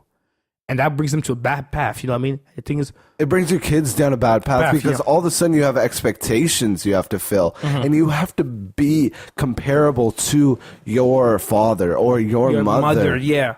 And then you never really understand who you are and what you care about and what your passions are and what you want to do, because you're stuck in this thing that was creative and or that was created for you, and you'll never be happy. That's, I don't know for a fact, but that's if I was a betting man, I would put money on that you would never be happy. LeBron James said something really important when he said that, because when he had his kid young, he named his kid LeBron James Jr. And when he said he regrets it. Yeah, because he says like he doesn't understand how much pressure he's putting on his kid. Yeah, and he's like, I should just. I don't think that was a good move. You know what I mean? Yeah, it's like just named Daquan or something. Now they call him just Bronny. They just call him Bronny, right? Yeah. But the thing is that still, like, you know what I mean? And he grew up. The more he grew up, he started understanding like how much pressure I'm gonna put on the kids, because we're always gonna compare it to me. Mm-hmm. They're never gonna even look at him as like, okay, this is him. He's his own individual. Yeah. It's always gonna be me. Mm-hmm. And no matter where you're gonna go, like Denzel Washington's kid, he says like everywhere I go, he didn't even tell his Denzel Washington was his dad, because as soon as he says Denzel Washington, it's a different look. Yeah, you're Denzel Washington's dad. You don't know if the person likes you for who you are, or just they like you because they like your dad. Mm-hmm. So it's just like, oh man, like, you know. So that's why sometimes they have to hide. And some of them, these famous kids, they change their last names actually. Yeah, well, that would be just so hard to deal with, man. And that's why I respect people who are on the internet who are like, I don't want to show my children's faces on this, because when they're ready to make the decision, they'll make the decision of whether they want to be in people's minds or not. Because we were having this conversation, you go show to the Inside Source, you go listen to this Inside Source me, you, and Kevin had. And it's like later near the end of the podcast, and we were having the conversation of, yo, when you're famous, bro, you can't back out. You can't back out. Mm-hmm. And if you want to put your child through that, you're kind of a piece of shit. Straight up. Mm-hmm. Because that's attention. And that attention can manifest in many different ways through human beings. Mm-hmm. In many different ways. And it's scary. And yeah, the whole parent thing, it's just so... It's so... You just never... If you don't step away from the perception your parents have of you, then you're never going to feel what actually makes your gears go. Mm-hmm. You'll never understand what really drives you, what your passion is, because you're going to be clouded by whatever has been pushed on you as a child, of everything that you've been molded to be as a child. You'll never even be able to feel your own being. Mm-hmm. It's trippy, man. I heard. It's honestly, it's really trippy. And I think my mom, I explained that to my mom, a discussion with my mom, and she was just like, honestly, Fordiet, you're absolutely right. But she's like, you're absolutely wrong at the same time. I'm like, why? Until you get your first kid, you're not going to understand. Yeah. That love that you're going to have for that kid is like, it's so strong. Like, and she's like, think about every second of the day. You're right here. You're just chilling. You're having stuff. Your mother is thinking about you, making sure you're right. You know what I mean? Yeah. And any second that they hear, oh, something happened to you, it's like the world is shattered. You know? Mm-hmm. So it's just like, imagine living knowing that you have another part of yourself, mm-hmm. scared to death that anything happens to them, because if they hurt, it's like you're dying. Yeah. You know, so it's just like it's so intertwined. So it's just because it's so hard to control it. You know what I mean? That's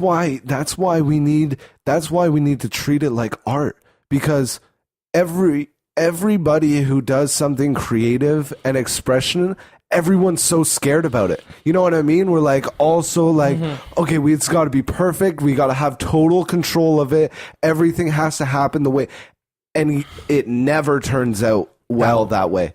It never turns out. It has to manifest itself. Those childs have to manifest themselves. And I'm sure that's something your mother would say too. Be like, there were points in life where I needed to check myself and step back. And my mom has said that too. When I needed to learn how to what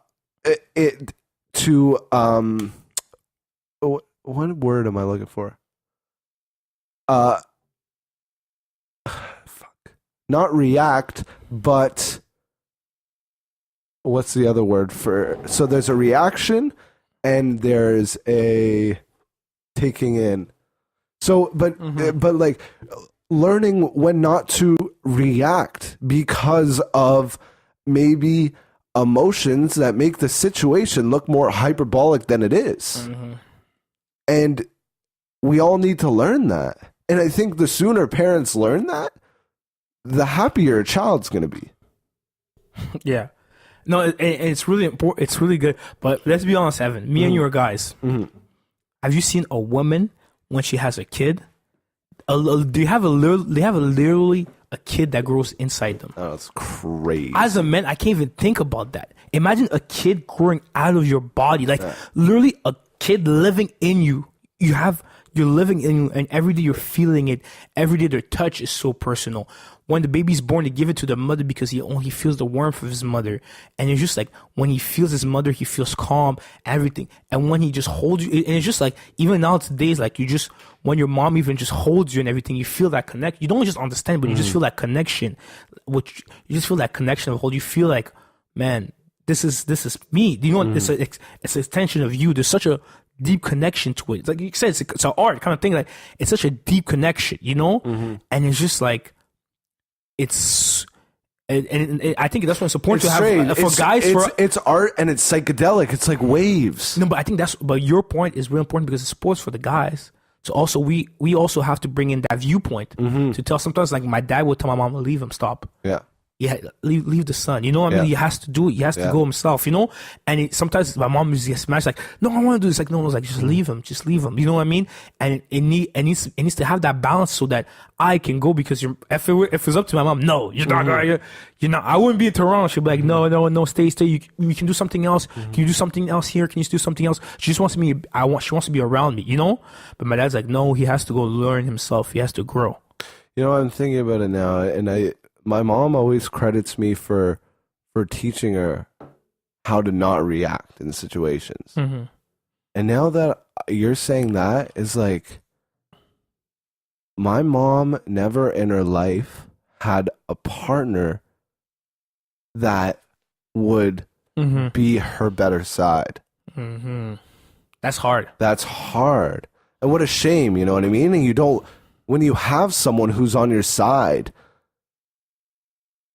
life you learn so much faster. You don't have to wait so long to learn. My aunt too, she's a single mother, and people don't realize how hard it is to be a single mother, especially raising boys as a single mother, because it's so hard because you're raising them and it's hard to understand. You're trying to do your best to understand them, and you're just giving them a lot of love and not a lot of love, but you also understand that sometimes boys they need a lot of love, but sometimes they don't. They need also that to be like, hey, stop. And you also to grow. And then sometimes it was hard because she had to embody the both of it. You know what I mean? And it was hard for her. And sometimes it's just like she can't make a mistake. If she makes a mistake, it's overplayed. You know what I mean? It's like, oh no. And all of the issues that's going on is always geared towards her. So she's like, it's so much pressure on her, so much mistakes. She goes to work and everything like that.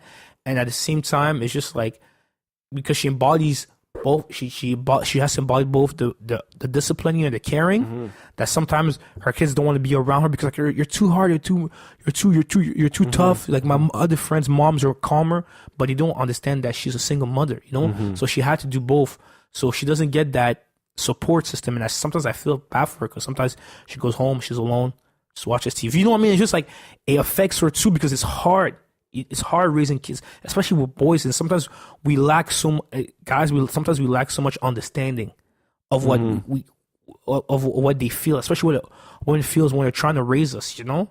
My mom said, I had a conversation with my mom the other day, and she said the exact same thing. It's like, you know, when you were, 1 to 12, you were my baby, right? Like I could give you the love, and I could be your mother. But as soon as you got 12, and your father wasn't a big part of your life, I didn't know what to do.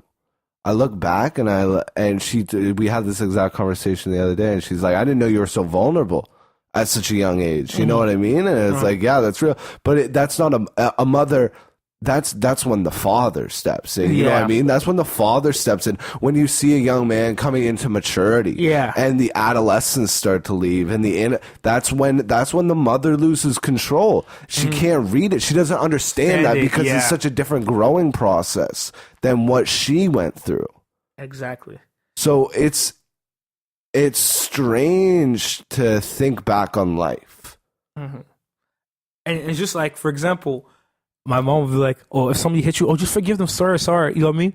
Sometimes my dad would be like, no, if something happens, you have to stand your ground. You know what I mean? So it's like, it was just so like, I just feel so bad for single moms because they have so much weight on their shoulder. And then they have so much weight on their shoulder, and sometimes they don't know how to react. They don't know how to do, because especially guys, we look for positive role models, right? Male role models, you know? And then it's just like, there's a certain age where you're always with your mom. It's like, oh, you're with your mom. You know what I mean? You always get like, you get shunned on at school or stuff like that. You're always with your mom. You push her away anyway. So you got because you can't relate. You don't know what's going on, man. You're starting to look at chicks like you want to fuck them. Like, you know what I mean? Things are changing in your life. You don't know what's happening. And then the mother has no idea either. You don't have any idea, and the mother doesn't. How is she supposed to know how to react in certain situations? In her mind, you're always her baby.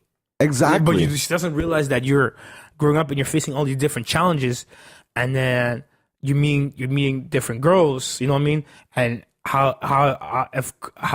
if a girl wants to play you, if a girl wants, you're just saying you're doing all these different. And growing up as a boy and a girl, as a young woman and a young man, are very different experiences. Oh yeah, super. But I was just thinking about it when you were saying that, and I was like, what another. Just talking about what I just said about my mom learning stuff a little late, maybe, or like not late, but like not learning it from the right person. Yeah. And that's a downside of not having two people in a relationship raising children. And that's why do you think it's so hard for single moms to raise boys? Yeah, it's so hard to push them away from, especially when you're in an impoverished neighborhood, to push them away from gangs and push them away from doing bad stuff, because they can't. At a certain age, they just can't understand. They can't lose control. They're just looking at it. They're like, okay, what? They're just looking helplessly. They're just trying to see. And young kids are angry. Young boys are angry. You know what I mean? You don't know. Young dudes, very vulnerable people. But no one shows it. No one shows it, especially not around your friends, especially not around school. Damned if you do, bro. Damned if you don't. And that vulnerability, it's probably almost impossible to be translated. My friend, some of my friends that you've seen here this weekend coming on, they were talking about me. They were talking, one day we talked about it, right? And a lot of my friends, they grew up in single mother households, and they were saying how hard it was for them. They had to go into some hard rebellious stage against their mom and everything like that. And it was super hard for their mother at the time, you know? And then, one thing is that I didn't think about, and I had to also appreciate all the dads, and we to also appreciate all the dads that are there, you know, because for me, if I was outside a certain time, My dad would literally come back for him, drop his stuff, walk all around the neighborhood and find me and tell me, get your ass home. Your mother said, go home, right? So he would always enforce my mom's rules in the house, you know? And as long as I was there in my house, I knew there was an enforcer of the laws.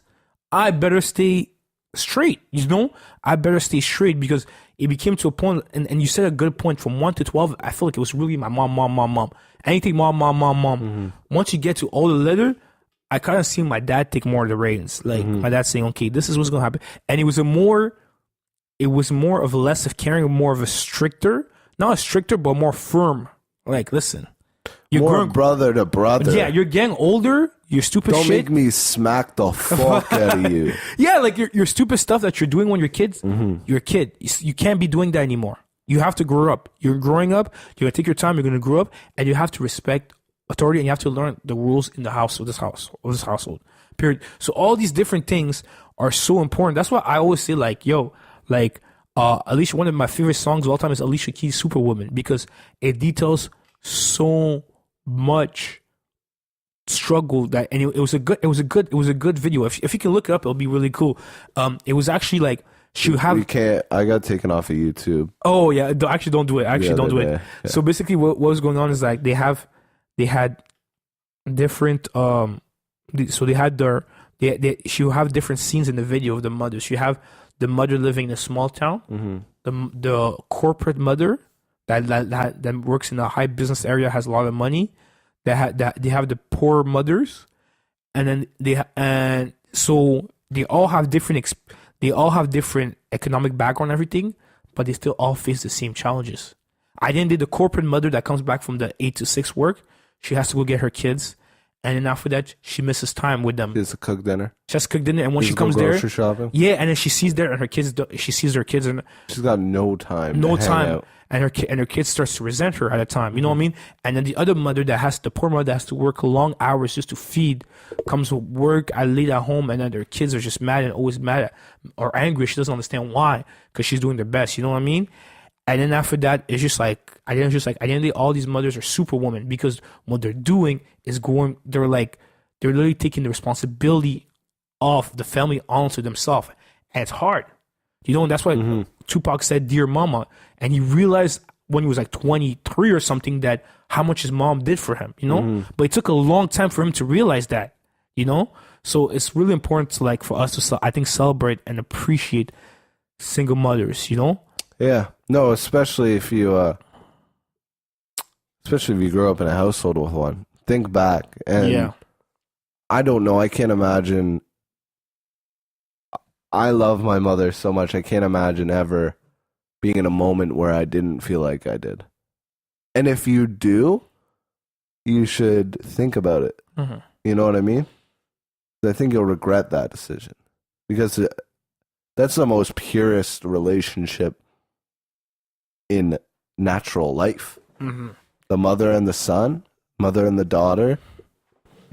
And that's what it's, and sometimes, and it's super important. That's what I always tell my friends. Listen, guys, I always tell my friends, like, listen, if you're gonna be taking the next step with a girl, you know what I mean?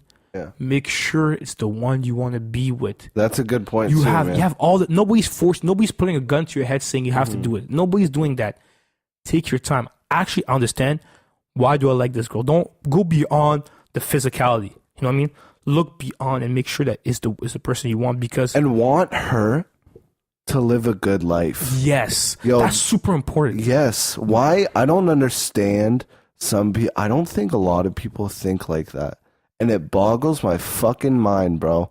You want the person who is the mother of your child, or in a relationship, you want them to live a good life. Yeah. So be there for them so they can. Yeah, because they have to understand that it's like your presence is needed there. Exactly. Sometimes parents don't have to be there.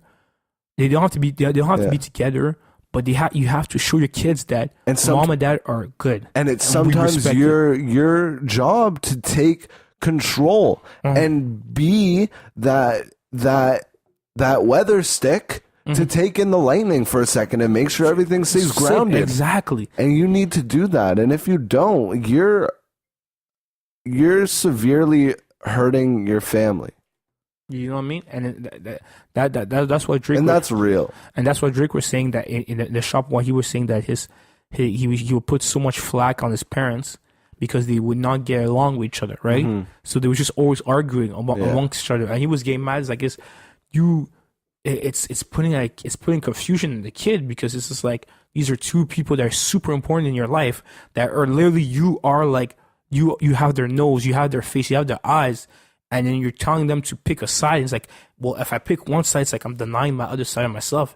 It's like people have to start listening, that once you get into that relationship and stuff, you guys become one.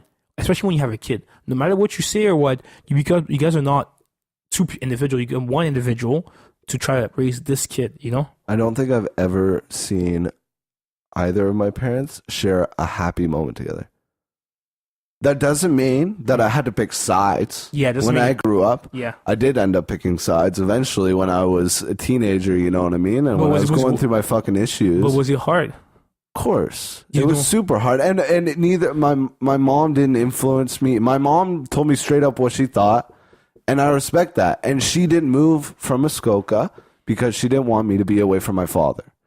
And my father never said anything bad about my mother. Yeah, that's good. But they never had a peaceful moment. There was never a moment where my mother would calmly open the door for my father.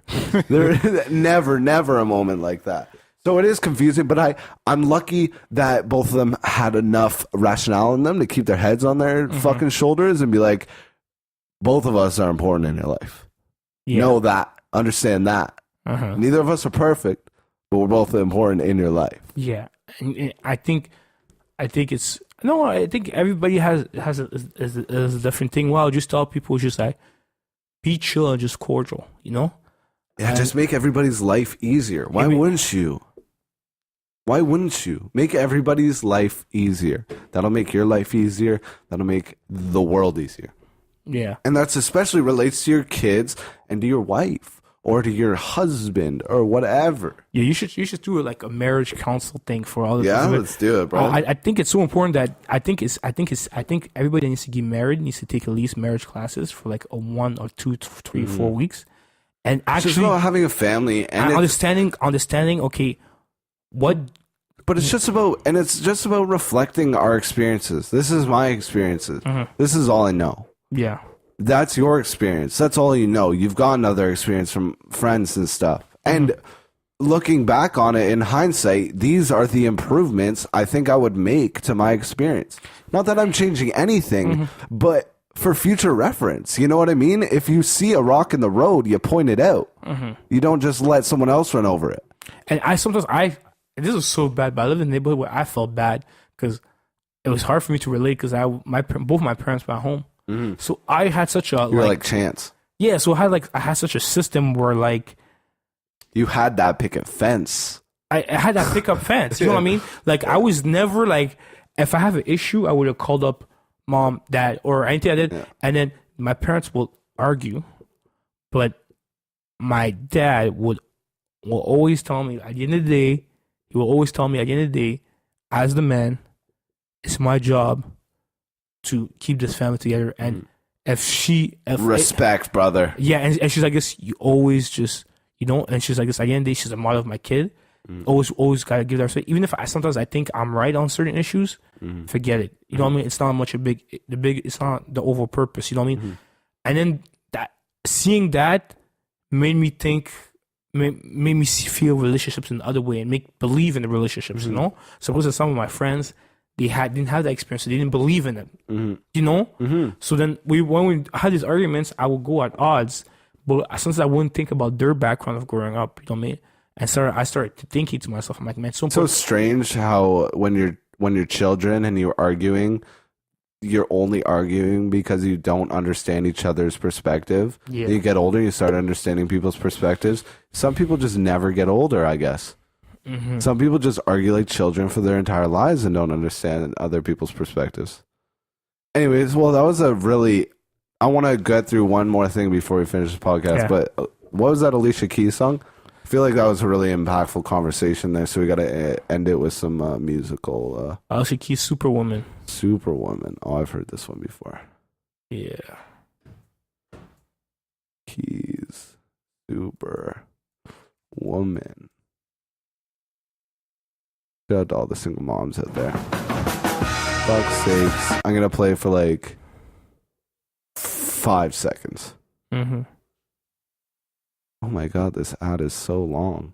Yeah. Justin Timberlake is still rebranding himself. Yeah. Levi's.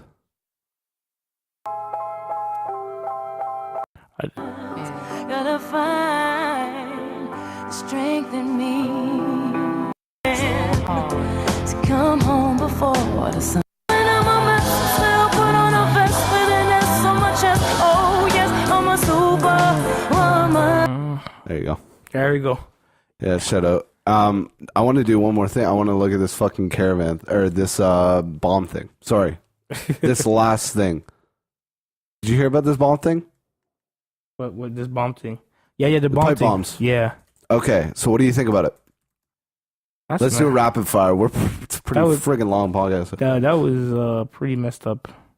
Okay, so you didn't see it all. Okay, so how many pipe bombs were there? So let's see. I think there were 13 pipe bombs sent. Didn't say there are too many. Why are there so many tweets and Instagram posts referenced in journalistic articles now? It pissed me off. You seen that, huh? Yeah, look at it. It's all tweets. Then they're only referencing tweets. Trump will probably pass. Okay, so pipe bomb crisis. Let's see. So I think there were about 13 that were sent, all to Democratic people.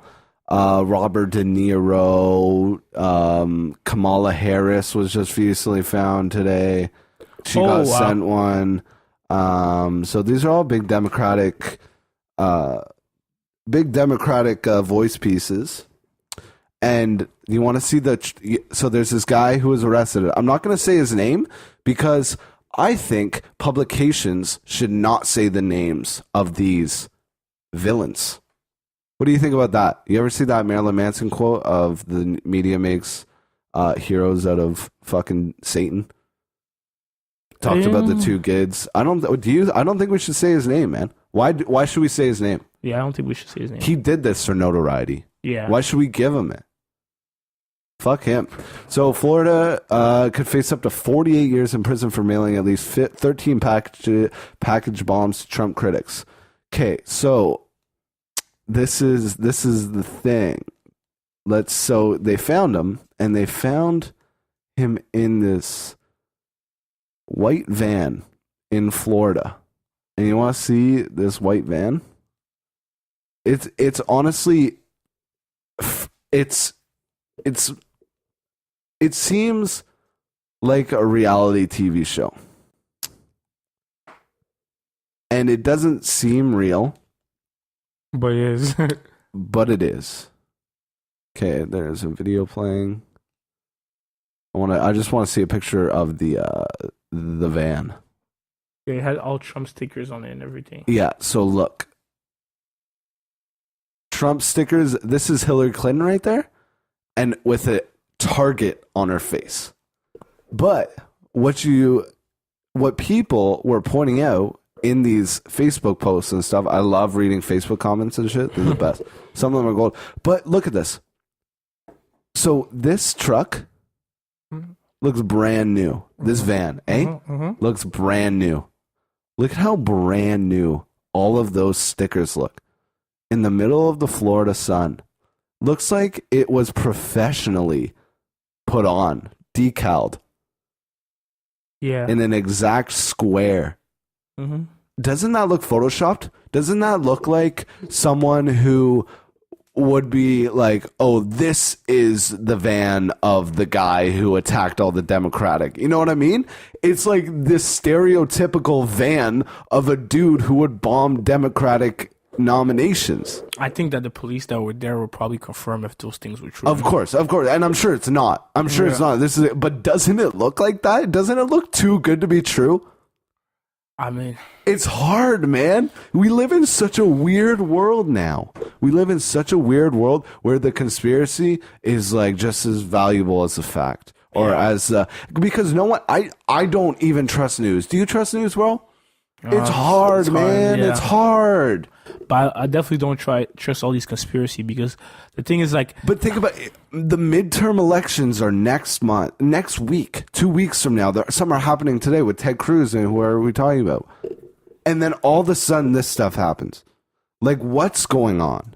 We know for a fact that police have been sent out into protests, like in Black Lives Matter protests, and have been undercover police and have started violent interactions in order for the police to be able to jump into this protest and shut it down. Did that is a real thing. Oh shit! I didn't even know that. That is a real thing. Wow, that's really what's that called? What the fuck? Police. But what's the point of doing that? To make it seem like the public was the issue for the violent protest, and they have the right to shut that protest down as soon as it turns violent, right? That's scary, man. It's super scary. So police protests undercover. Let's see. This is something that's been, it seems like a crazy conspiracy, but this is something that's been so undercover officer pulls gun on Oakland protesters after cover's blown. Plainclothes California Highway Patrol officers walk among demonstrators for weeks. So there's cops who are in the middle of these demonstrations. Something goes down. Something happens. Then the rest of the cops can come in. The rest can shut down this protest because we don't want people in the streets protesting for their rights. Oh my god! So it just we live in a fucking crazy time where we have all this information coming at us and we just can't process it because we don't have the information. But one thing is true: I don't want no government agency to censor everything we listen to. Good point. Shout out. Okay. Yeah, I think it's up to us to understand that let's rely on reliable sources and try to listen to more sources and try to find some kind of truth to it. Yeah. But at the end of the day, it's also not our decisions to be made. That's the thing. I think a lot of people on Facebook and Twitter think it's their right to make the decision. You know what I mean? It's a public attorney. Yeah. And it doesn't work like that. You need to shut up until you get the evidence. But why would you shut up if you don't trust anyone? That's the issue we have, man. We don't trust government. We don't trust government. How can Both we sides. function? How can we function without a trusting relationship? That's a $1 million question that we don't know. Let's figure it out, bruh. And we're gonna have to figure it out. Yeah. Anyways, so we'll see how that affects.